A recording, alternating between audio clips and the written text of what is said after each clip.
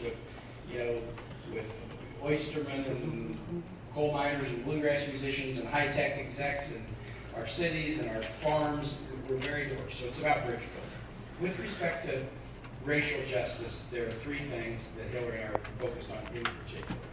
And I'll just talk about this. So the economy, criminal justice reform, and then voting rights and civil rights issues. So on the economy, we've got to build this economy that works for all. Now, 15 million new private sector jobs under President Obama, the unemployment rate's down, and 401ks are worth something again. But a lot of people in the country, they don't see that there's a ladder there for them to climb.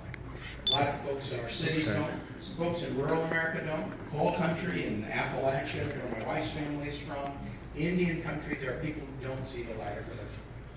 So we have to make investments in manufacturing and infrastructure and in education, and especially in communities that have not had the economic success that other communities have. So sometimes that's in communities of racial minorities, and sometimes it's in communities that may have really been doing well with one industry and now if you're trained in that industry, the jobs aren't in that industry anymore. So we have to kind of focus on where there is need, and Hillary and I have a very focused plan on investments in cities and investments in economic and workforce skills for people who have been hit the hardest. That's number one. Number two, criminal justice reform.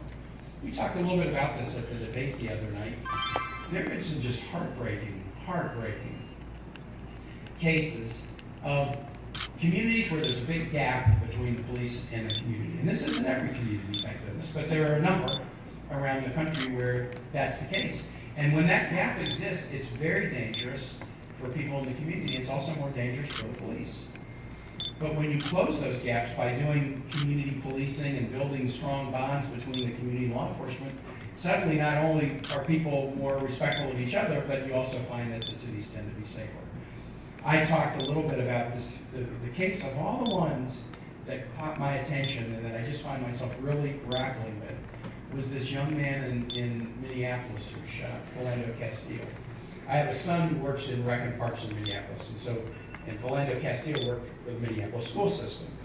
And he was this wonderful guy who got a job as a janitor and then worked his way up to being a janitor supervisor.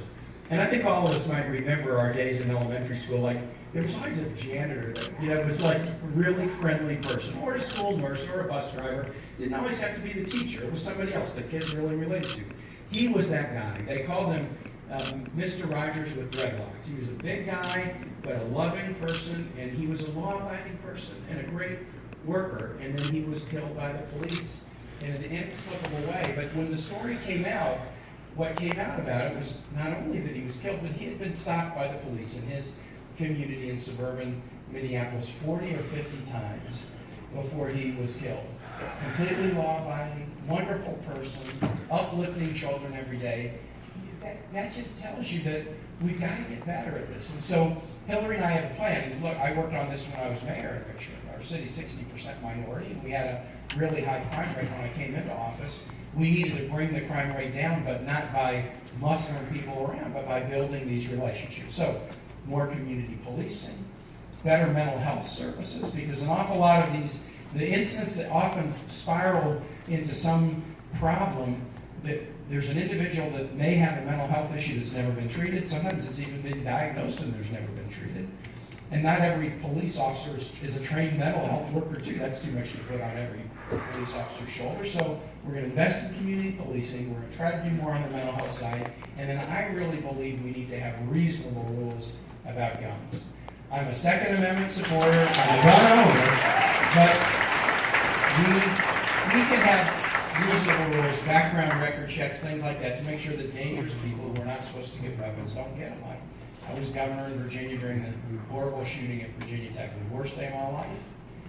And I have a feeling it'll always be the worst day of my life. And the sad thing was, this is going to sound odd to say, when it happened, after the dust settled, I just thought, I hope this is always the worst shooting in American history. I hope there's never one that is worse, but now there's been worse shootings. The one in Orlando was worse. And so we've got to do something, and that will make our community safer too. And then finally, in the area of civil rights, there has been a concerted effort around this country after after generations of trying to open up the franchise to vote, there has been a concerted effort to make it harder for people to vote. And we're going to fight against that with every tool in our body. In fact, what Hillary and I want to do on that is have automatic registration. People who turn 18, just have it automatic. And that doesn't mean everybody will automatically vote, but let's just have registration on your 18th birthday. If you're eligible and you turn 18, let's just have registration happen just like that, you know? You show up with a driver's license and you're a citizen, you're 18 years old, well, you know, you're going to be able to vote. So that is the third thing we want to do. There's many more things too, but those are some of the